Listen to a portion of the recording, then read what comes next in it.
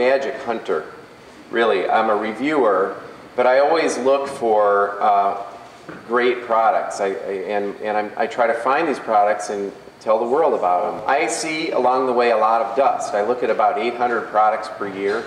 I look at apps, I look at toys, I look at all forms of interactive material, and my niche is that I have a background in education and child development. And so I apply that, and also I'm a parent, and I apply that knowledge to the interactive space. The trouble with giving a quantitative rating to any product is that there's so much variance in what that product can be when it's interactive. It's really like a psychology. And you can't give a rating to like a philosophy, or you can't give a rating to a parenting style. And in the same way, you can't really give an accurate rating, a number rating to an app, because it can reflect all of these cultural things. If you want to get smart in app evaluation, I always tell people to evaluate, download 10 versions of the Three Little Pigs and rank them in order from I don't like it to I like it. And when you start to do that, you'll begin to form an accurate dot pattern, and you can start to say, okay, these are the features I like. These match my philosophy. The trends, some trends here, birthday cards have more RAM than my first 3 computers combined. Another trend you should be aware of is that E3 is about a month away, and there's going to be 2 new consoles that we'll see for the first time. The PS4 software has been announced. The Wii U is very interesting. You should never underestimate Nintendo, and you should keep an eye on what Nintendo's doing. The whole psychology of 2-screen play has done some things that, that really have stretched the space. They use it as a magnifier for the larger screen. It's important to keep an eye on the Wii U. And we're all excited to see what's going to happen with from Microsoft. I also had a chance to play with Scratch 2. Has anyone else tried it? One of the big deals about Scratch 2 is that it uses the camera so that you can actually pop bubbles and compute. Your hand becomes a sprite. And you can do Kinect-like things with your laptop.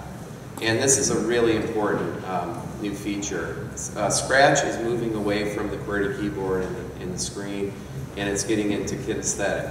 And that's pretty important. The Kindle Fire HD is particularly exciting. Their app store and the way that they have sort of a buffet style of just putting a lot of stuff out. If you're a Kindle Prime member, you just can download stuff. And I think that model, there's a lot to be said for that. I think Amazon's one of the few companies that have e-trust. The parents will say, yeah, okay, I trust you. You're not going to harm my credit rating. There's going to be a whole bunch of these next generation tablets, and they're going to be in the $100 to $150 range. If Michel Crippinelli were here, I'm sure he'd be talking about how to exploit other platforms. I just reviewed bugs and buttons for Android and for Kindle, and so it's really great to see high-quality apps migrate into other platforms. They'll reach more kids, and these platforms are about 1/3 to 1/2 the price of an iPad. And some of them are really nasty. The design and the interface, this amateur hour in a lot of these tablets, you turn them on and they're just complete train wrecks. So there is going to be, it's unfortunate that the people who can afford the least are going to get the least. The best is clearly by far still is Apple. iOS has more options, more quality. It is like the Haagen-Dazs of interactive, whereas these things are kind of like, you know, Walmart, vanilla. It's not bad. Remember the XO? Remember the dreams and everything and the ideology there? It's being sold at Walmart from Saker International, which is a bottom feeder of digital. And it's amazing to see how low this thing is hit. But on the other hand, I think they may have actually found an international distribution partner that could work, Walmart. Because Walmart is everywhere. This augmented reality on steroids, this whole idea of just embodied computing or kinesthetic computing and pulling kids in with their bodies There's a camera mounted overhead, and the kids are putting together this giant puzzle. And when that puzzle comes together, the image pops, the computer scans it, and they're using a Kinect sensor, and giant dinosaurs start flying around. And when those dinosaurs fly around, you better get yourself a giant dinosaur swatter. So they have those on the side there. You can see that's a giant dinosaur swatter. Isn't that cool? It is. Oh my God. And then it turns. Wow. I think it's time to take public spaces up a notch in terms of interactive. I think there's so much we can do to engage kids in every public space where a child can be. And this idea of taking a child's body, connecting it to a puppet that they design out of paper, and when they dance, the Kinect sees it, and you talk about amplification. There's the Kinect sensor, and there's the kid. It's this feeling of empowerment. That's why we're in this business. Skylanders, there's one back there, and this was a phenomenon that really, as Renee will say, affected the toy business. They're now on every platform, but guess what happened to Skylanders? Disney Infinity. And this needs to be watched because Disney Infinity has a sandbox mode where you can take characters from different Disney franchises, and they all meet in a Minecraft-like environment. You've got a mashup of ideas for $75, and it's a collectible. So that's going to be coming. It has the glacial power of brands with Minecraft-like play pattern. There's a real need for serious apps that meet needs, and dexterity is one where you see the fine motor skills here. There's a lot of professionals out there who are looking for specific multi-touch applications, and if you have one, they'll download your app, and they'll pay $5, $10, $15, $20 for it because it's a tool that they'll use every day. And this is just really a maze, but it's set up so it's a level, there's options, there's a recording thing, you can turn the sound on and off, which every teacher looks for immediately. And it works. That's Binary Labs.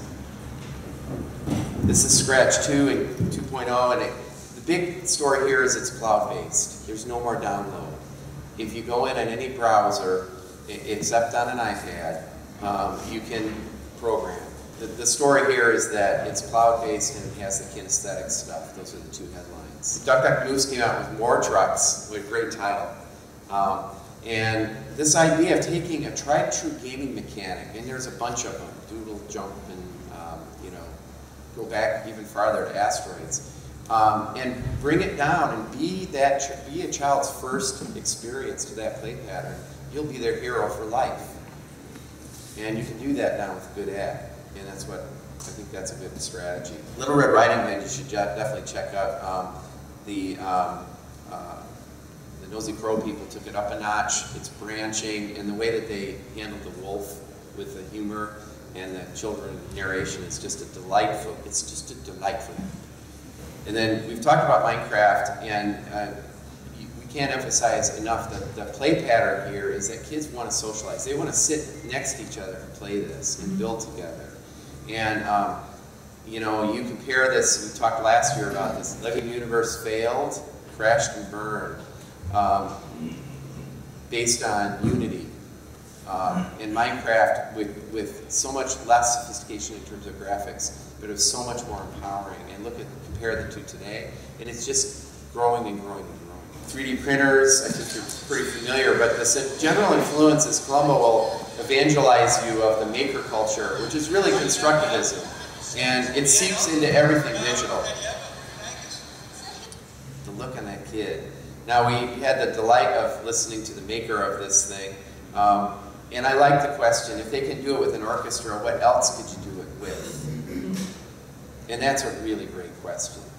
We're at the very dawn of this space of inquiry, of digital inquiry, and you guys, you know the tools. And if you have an instinct about kids, which you'll have as soon as Barbara's done, you have the tools you need to just open up all these avenues for curious minds. And so I think we are really at a sort of a Renaissance period where Montessori said, when she spoke in Carnegie Hall, she said that my aim is to help every child reach their genetic potential.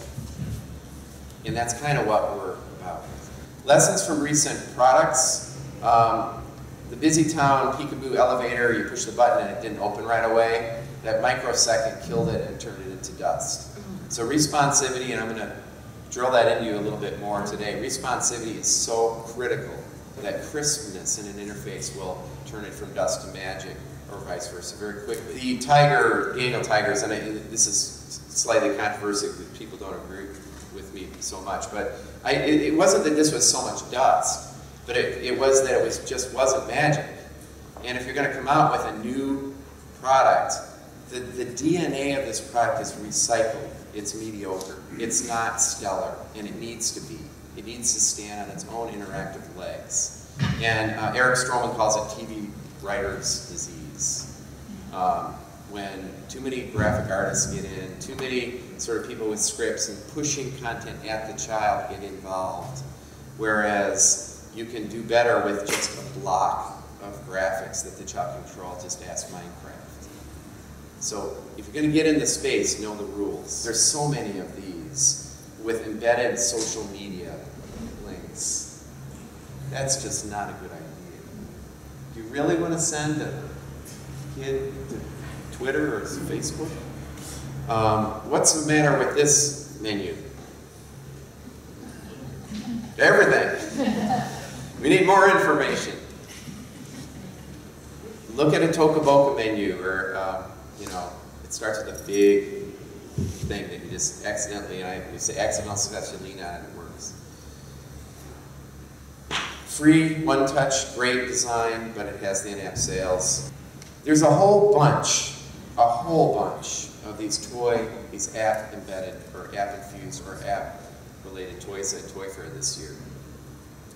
And I think that they're not really going to do that well, simply because this is real.